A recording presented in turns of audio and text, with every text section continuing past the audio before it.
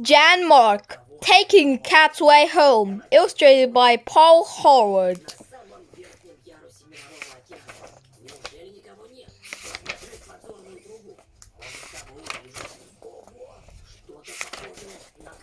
Jane's cat was called Furlong.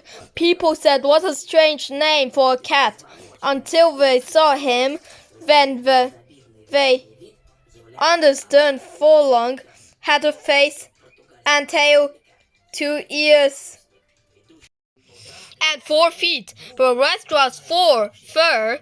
You could hardly see his legs.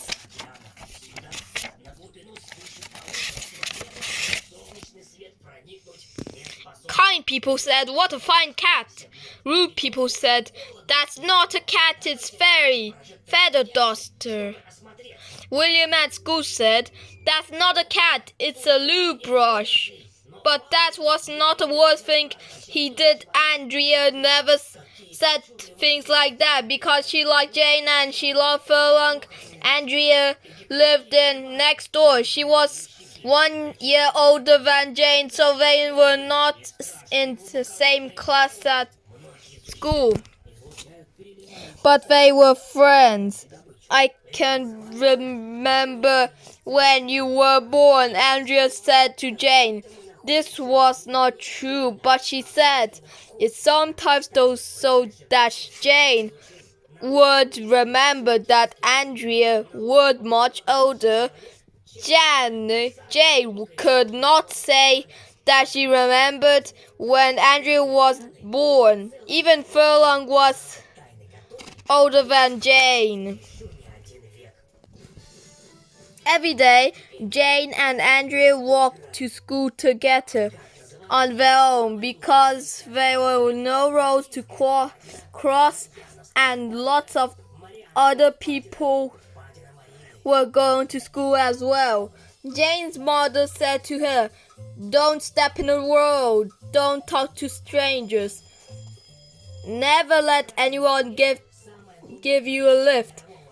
She said it every day as Jane went to the path. But Andrea came out to her house and they walked together along the street every day. Furlong went with them. First of all, he ran in front, and when he got in the corner, he sat and waited for him. When they turned the corner, he ran to catch them up and walk beside them. When they turned the last corner, Furlong ran on ahead and sat by the school gate until they got there too. Jane and Andrea stroked him and said goodbye. Then they went in school, and Furlong wanted home by himself. Jane thought he walked back the way he had come, but he did not have his own way home. Everyone knew Furlong, and the people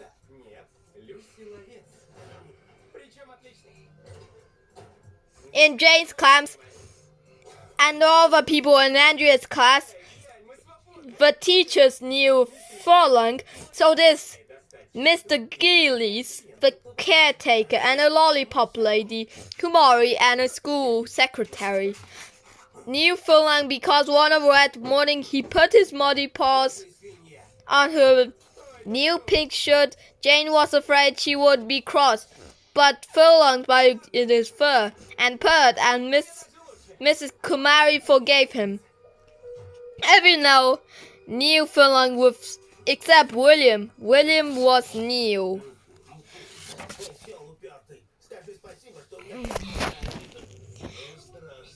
One morning, Jane and Andrea were saying goodbye to Furlong when a new dad and new boy came along the street. "What a fine cat," the new dad said. This was a proper thing just say to Furlong, but the boy just glared. Jane looked at the boy. Boy looked at Jane. he put on his tongue.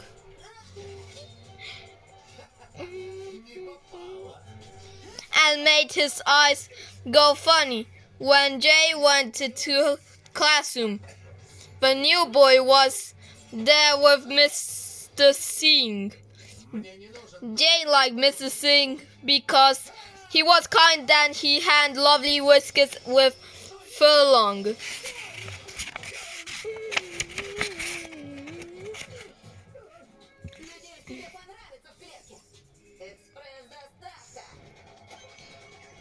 This is William, Mr. Singh said. He's going to be in our class. Who has an empty space at the table? Jane sat with Matthew and Habib and Allison.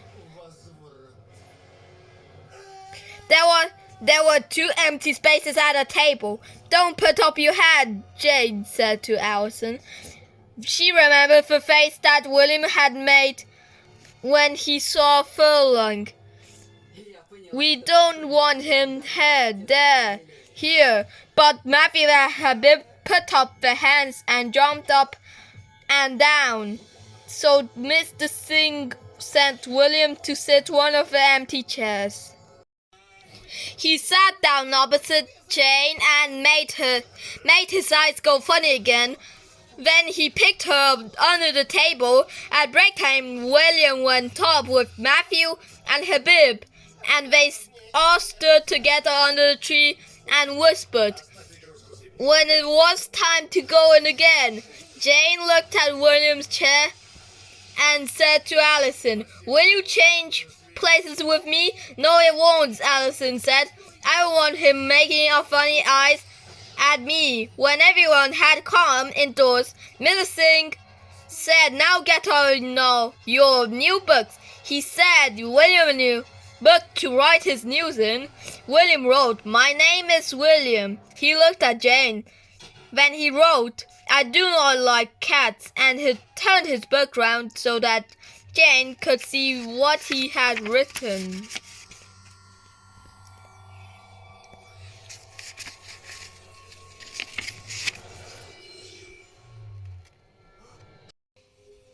Jane wrote, "There's a new boy at her table. He does not like cats. I do not like him." Habib leaned over and said, "Why don't you find another table to sit at?" "Yes," said Matthew. "We don't want any girls on this table, do we?" They had never said anything like that before. Next morning, Jane said to Mom, I didn't want to school today." "Do you feel poorly?" Mom asked. "There was a new boy at school," Jane said. "He doesn't like cats. Lots of people don't like cats." Mom said, "You will have to get used to that."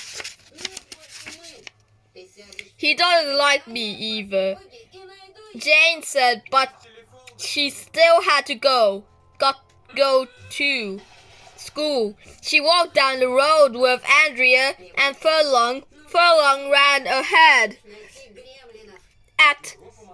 sat and waited and walked behind and then overtook them and ran to a school. Just as he did, people stopped and said hello to Furlong, and Furlong put waved his fairy tail. When William came along without his dad, he did not say hello to Furlong.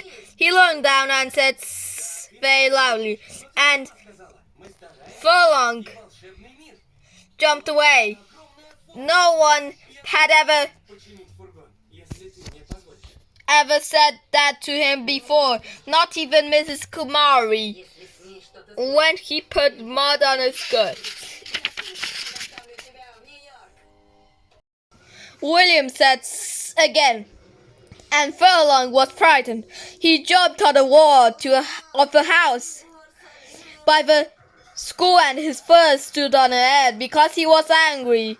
"Leave my cat alone," Jane said. Andrea said, "If you do that again, I'll tell Mr. Singh and he'll take you said in a corridor." "That's not a cat," said William. "That's a loo brush." Then he picked up a stone and threw it. The stone dit not hit Furlong, but it scared him. He jumped on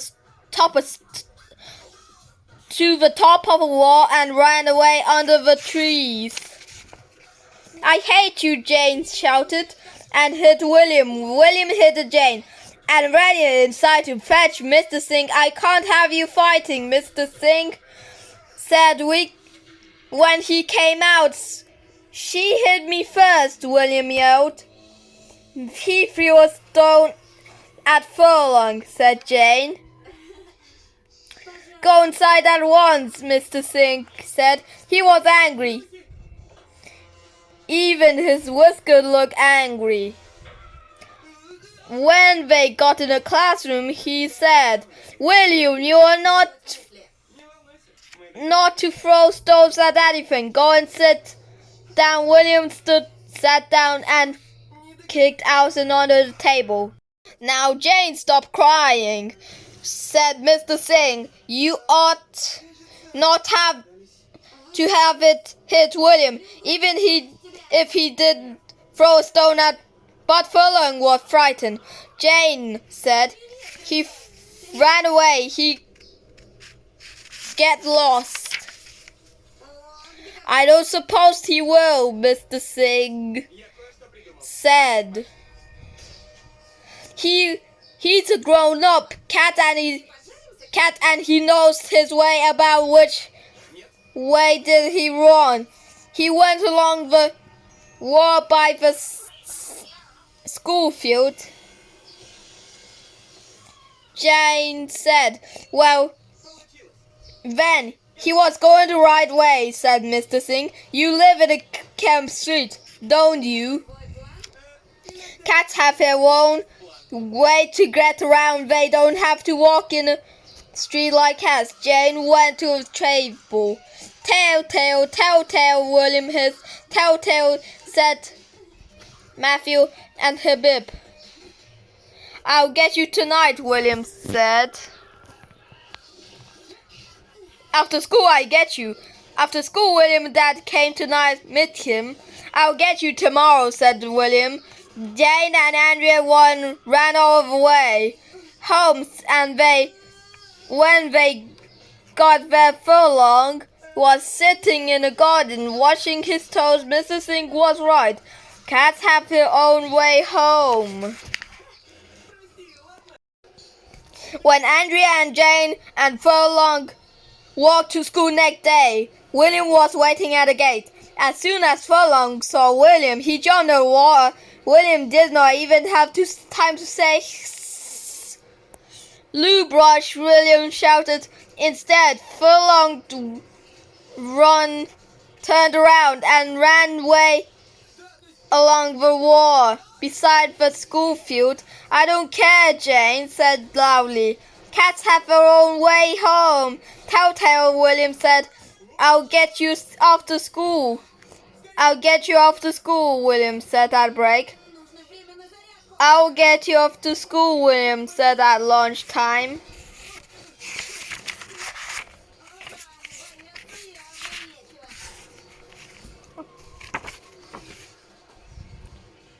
"William's going to get you at home time," said Matthew and Habib at afternoon break. At home time, Mr. Singh told them to go. William went out quickly with Matthew and Habib to lie in wait for Jane.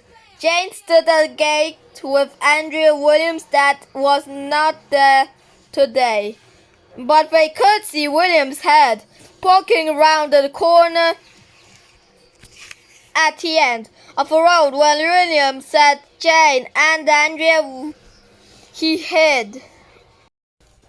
He's going to get us," Jane said. "No, he isn't," Andrea said. "We won't go home that way. We'll go home the way Furlong goes." She climbed on the top of a wall of her house by the school. It went up like steps until it was as high as a wall by the school field. "Quickly," Andrew said. "There comes William." Jane climbed on the wall. walked up the steps and followed Andrea.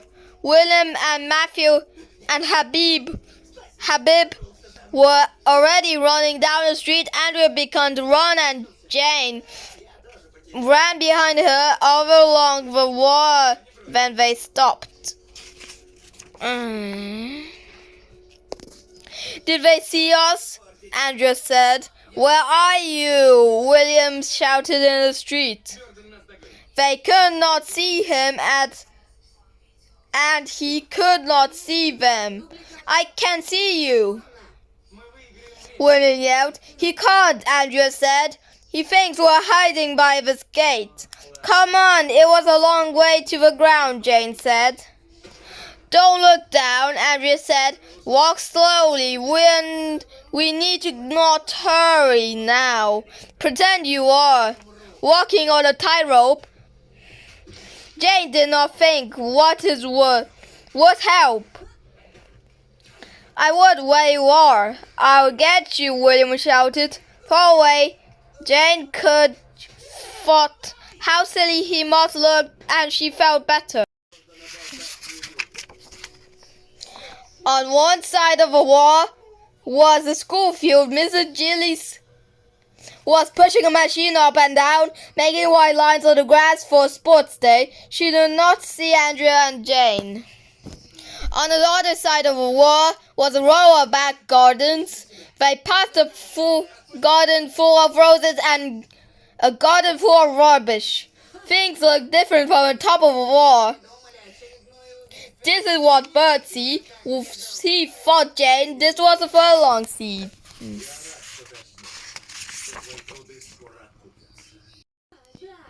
Next they came to a garden with an apple tree at the end of it. Jane knew that tree. It hung over the field, and in autumn people picked up the apple that fell from it. Now the apples were small and green. Jane and Andrea had to step carefully over branches. When they met a wildcat sitting on the wall, it would not move. They had to step over a cat. In the next garden was a prickly bush. It scratched her legs and Jane was afraid that they would fall into it, but they got past the prickly bush in the garden. After that, two people were sitting in that. One of them turned out round and shouted, Oi, what are you doing up there? Get down at once. Run, said Andrea, and they ran those 7 whole gardens over branches, fruit prickly bushes along the wall.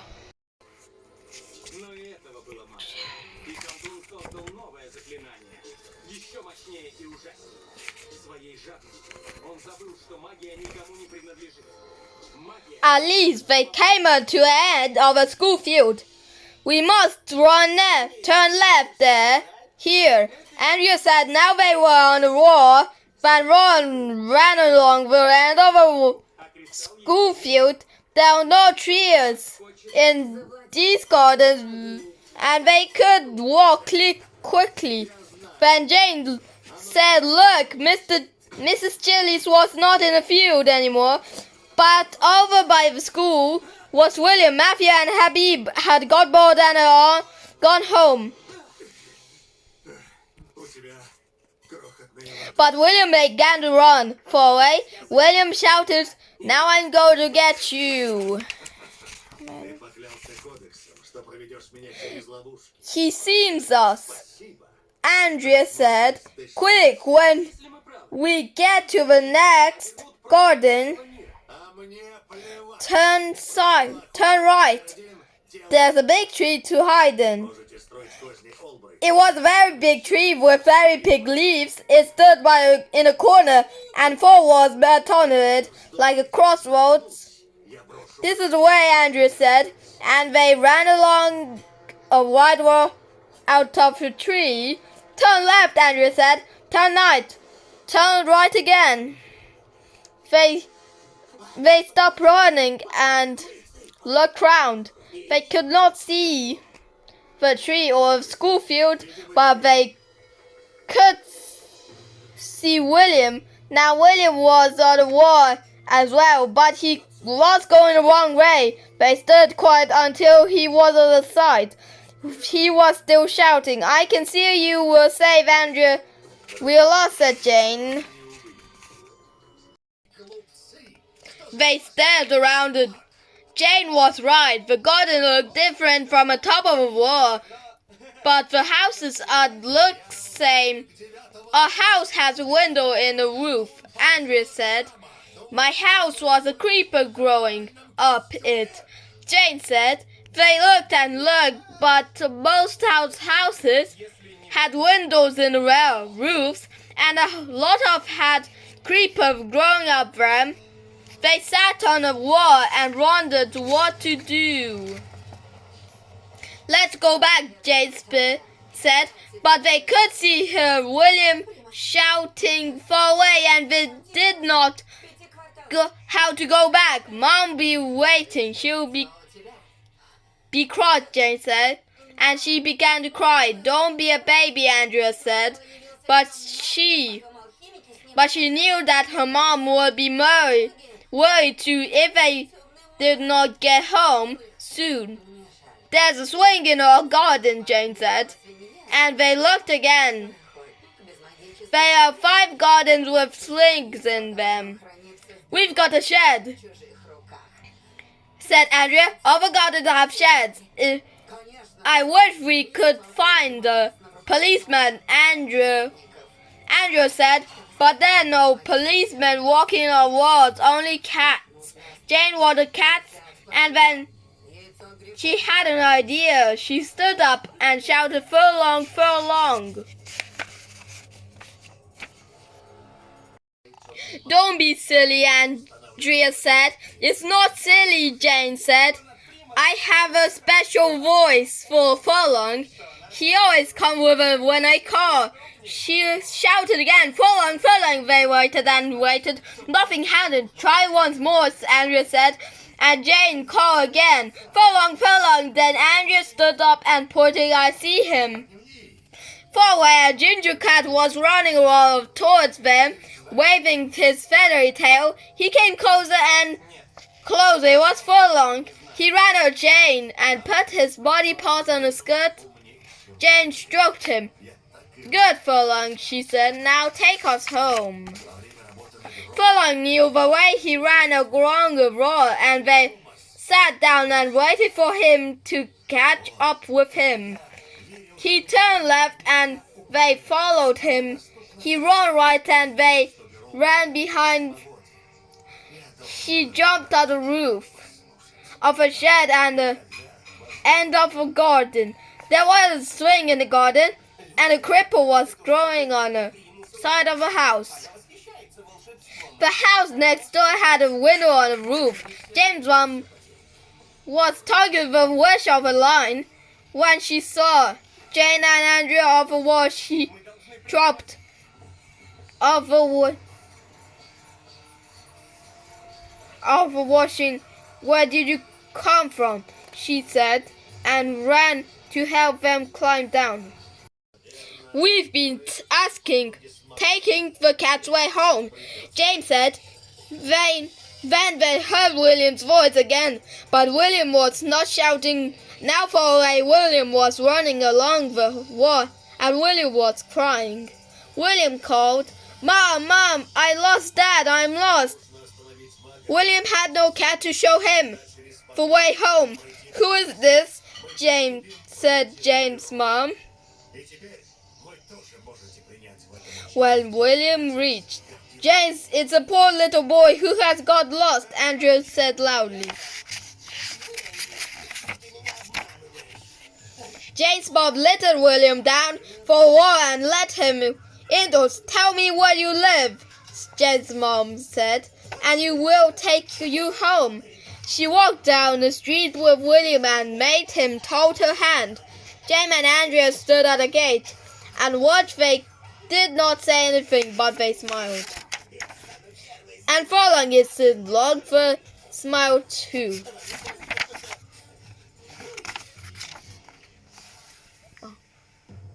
William Woodman, new boy at school, has it for Jane.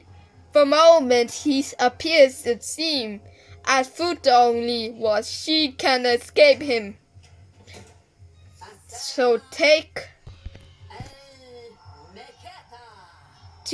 her furlong secret path home, along the wall, into an unknown.